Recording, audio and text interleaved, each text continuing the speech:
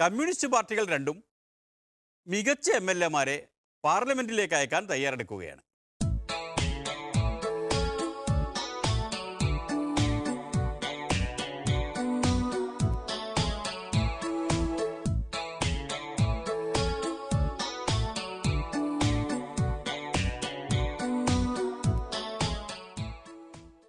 CPIയിലെ തരക്കേടില്ലാത്തൊരു MLA ആണ് ചിറ്റയം ഗോപകുമാർ.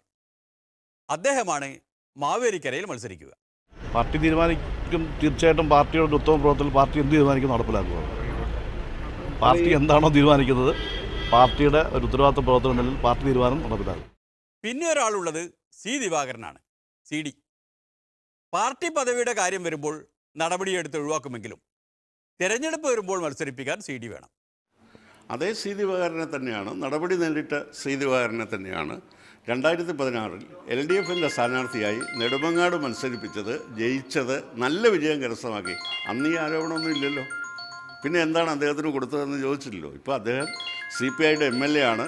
തിരുവനന്തപുരത്ത് മത്സരിക്കാൻ ഏറ്റവും അനുയോജ്യനായ സ്ഥാനാർത്ഥിയാണ് എന്ന് ഞങ്ങളുടെ എക്സിക്യൂട്ടീവ് കണ്ടെത്തിയത് കൊണ്ടാണ് അദ്ദേഹത്തെ സ്ഥാനാർത്ഥിയാക്കി.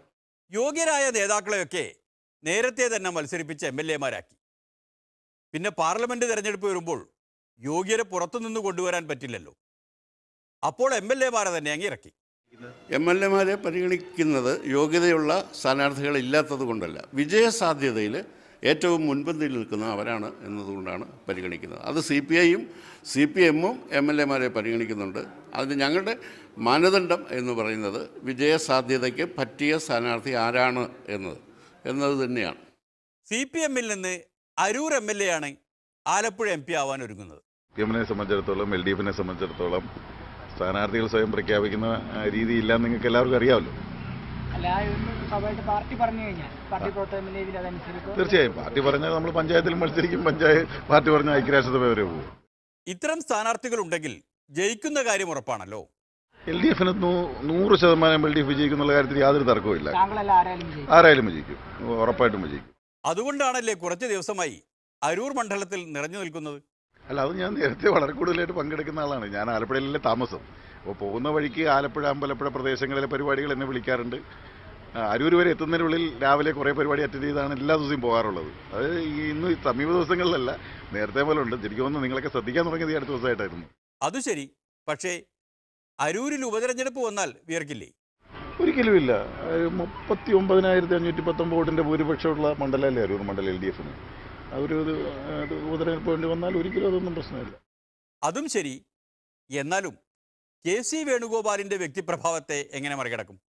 ഇല്ല, വ്യക്തിപ്രഭാവം എന്ന് പറഞ്ഞു കഴിഞ്ഞാൽ അങ്ങനെ അദ്ദേഹം വലിയ അഖിലിൻ്റെ നേതാവാണെന്നുള്ള കാര്യത്തിൽ തർക്കമില്ല, അതിലൊക്കെ സമ്മതിക്കുന്നു.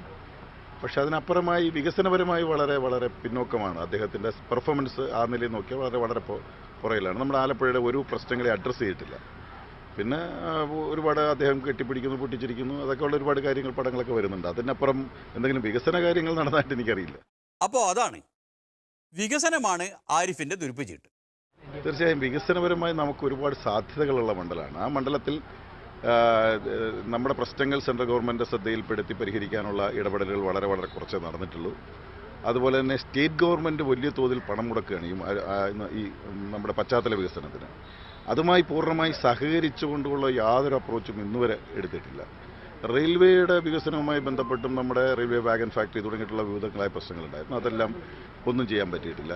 നമ്മുടെ ബൈപ്പാസ് തന്നെ ഏതാണ്ട് 87 കല്ലിട്ടു എന്നാണ് അദ്ദേഹത്തിൻ്റെ വീഡിയോ തന്നെ പറയുന്നത്. അദ്ദേഹം ടെലികാസ്റ്റ് ചെയ്ത് അദ്ദേഹം പ്രകാശനം ചെയ്ത വീഡിയോയിൽ പറയുന്നു 87 കല്ലിട്ടത്. 87 മുതൽ ഇങ്ങോട്ട് എടുത്താൽ ഏതാണ്ട് ഒരു 10-25 കൊല്ലക്കാലം ആലപ്പുഴയെ MLA ആയി MP ആയും പ്രതികരിച്ചത് അദ്ദേഹമാണ്.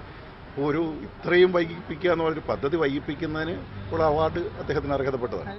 ആലപ്പുഴയിലൊക്കെ അങ്ങനെയാണെങ്കിലും MLAമാരെ ഇറക്കാതെ തന്നെ ഇത്തവണ കോട്ടയം CPM പിടിക്കും. കോട്ടയത്ത് ഇടതുപക്ഷ ജനാധിപത്യ മുന്നണിക്ക് നല്ല സാധ്യതയുള്ള ഒരു മണ്ഡലമായി മാറിയിട്ടുണ്ട്. പൊതുവിൽ കേരളത്തിൽ ഇടതുപക്ഷ ജനാധിപത്യ മുന്നണിക്ക് 2004 ആവർത്തിക്കാനുള്ള രാഷ്ട്രീയ സാഹചര്യം ഉയർന്നു വന്നിട്ടുണ്ട്.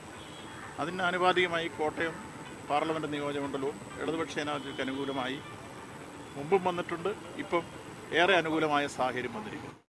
കേരളം മൊത്തം അവിടെ നിൽക്കട്ടെ, കോട്ടയത്തിൻ്റെ കാര്യം ഇക്കുറി ഏറെക്കുറെ അനുകൂലമാണ്. എന്തുകൊണ്ടെന്നാൽ ഒരു മാണി ഗ്രൂപ്പുകാരനെ ജയിപ്പിച്ച് പാർലമെൻറ്റിലേക്ക് അയക്കുന്നതിനേക്കാൾ കോൺഗ്രസ്സുകാർക്ക് എന്തുകൊണ്ടും നല്ലത് CPM-കാരനെ ജയിപ്പിച്ചയക്കുകയാണ്. ജയിച്ച് ദില്ലിയിലെത്തിയാൽ കൂടെ തന്നെ നിൽക്കും എന്നുറപ്പാക്കണമല്ലോ. അക്കാര്യം പ്രത്യേകം ശ്രദ്ധിക്കണമെന്ന് കോൺഗ്രസ്സുകാരെ ഓർമ്മിപ്പിക്കുന്നു. പിന്മാറുന്നു. നന്ദി, നമസ്കാരം.